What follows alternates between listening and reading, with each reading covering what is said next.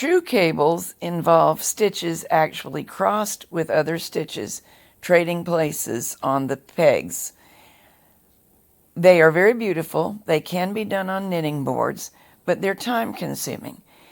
Mock cables look pretty similar and are much speedier because they can be achieved simply with a certain kind of wrap.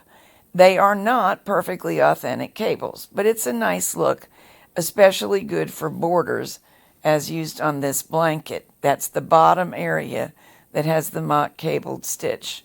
Nice and textured. The stitch is based on a variation of stockinette stitch. Here we've been doing the double board stockinette, and as a brief reminder, to wrap, we alternate pegs moving from board to board, creating a zigzag wrap going from left to right. Then we wrap the end peg straight across and wrap back going from right to left, zigzagging and catching the pegs that were not yet wrapped. And it's diagonal in the sense that every piece of yarn goes slightly diagonal, but it's close to straight across the board. For mock cables, we'll alternate several rows of regular stockinette. 3 is what I recommend. But then on the 4th row, we'll do a similar wrap, but we will offset it so it slants. Beginning from peg 1 on the front, we'll go to peg 4 on the back, and then wrap just as for stockinette, alternating pegs. But of course, because we offset the beginning from peg 1 to peg 4, there's a significant slant to the wraps on this row. For clarity, let's look at the wrap by itself without any visual interference.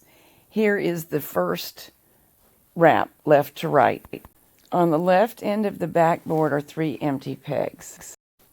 After wrapping the end peg on the backboard at the right side of the work, wrap the second peg from the end on the front board, and that's the end of this wrap. Now we want to wrap right to left in the same kind of pattern, moving from peg 1 on the far right on the front to peg 4 on the back.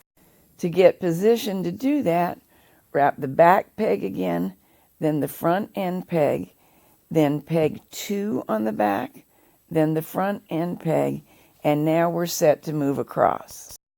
When we return to the left end of the work, there are 3 so far unwrapped pegs on the back.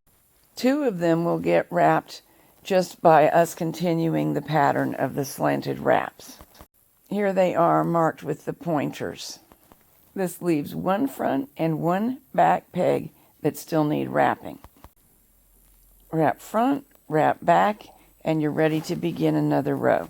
After knitting over this row, of course. Here it is happening in real life. The 4 stitches on each edge of any piece knitted in this manner really don't have the mock cable design on them. Because of that, this is better for designs that are 16 stitches and wider. Tiny little things like coasters are not an effective use of the technique.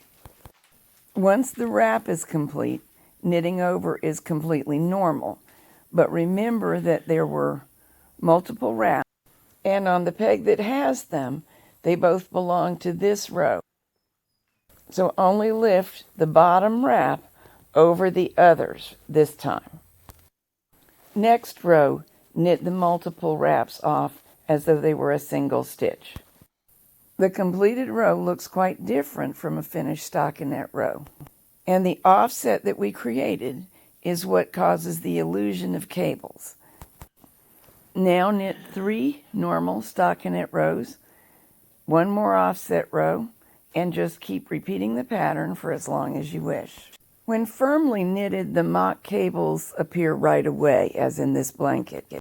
But the blue sample was knitted at a much looser tension because that's what I think makes a comfy scarf. In such a case, you may need to help the cables relax by pulling them outwards.